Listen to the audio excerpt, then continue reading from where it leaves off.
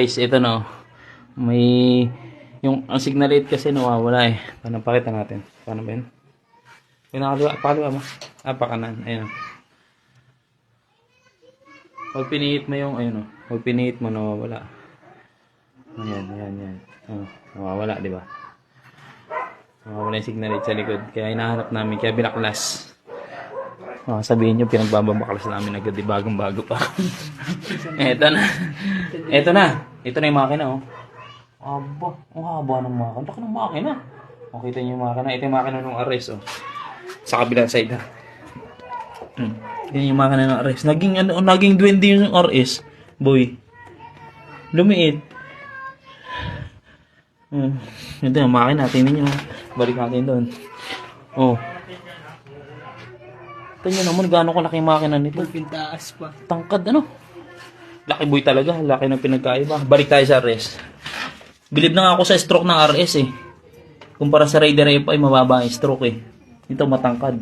Yung bore ng Raider FI 62. Ito naman, pinagsamang RS sa Raider FI. Yung bore 62, yung stroke pang RS. Oh. Saan ka pa? Sa Skygo na. Laki pa ng pan. Gaano kalaki ang pan yan? Kinawawa yung sa sniper boy. Yung sniper mo boy. Ito, naka-sniper yan. Sniper 155. Boy, laki ng pan boy. Sobrang laki ng pan. Ang kapal pa ng radiator. Ito tayo. Ay ko, ano yun? Ayun o. Yung panong. Tinan mo boy, gaano kaliit yung panong oras o. Tinan mo boy. Oh, maliit ano? Ipunta mo dito, gaano kalaki naman yung pan. Oh.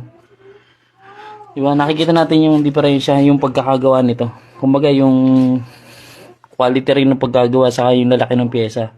Iba na talaga pag 180cc pataas.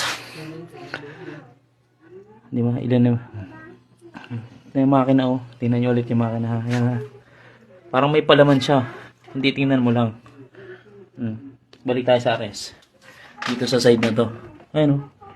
Umigs. Malaki talaga. Marami talaga siyang... May sukatan o. Sukatin mo. Hindi mo na sukatin yan. Sibak tayo dito boy.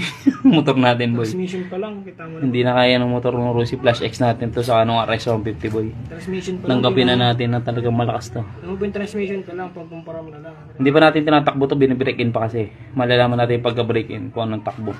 Pero ang kwarta nito 120 plus. 125 ang kwarta mahigit. 123, 120, 125. 6 na to. Papalo na 160 to. 155, 160. Tingnan mo makina, gano'ng kataas? Kaya pa ng dibdib ng driver. Kaya ng driver.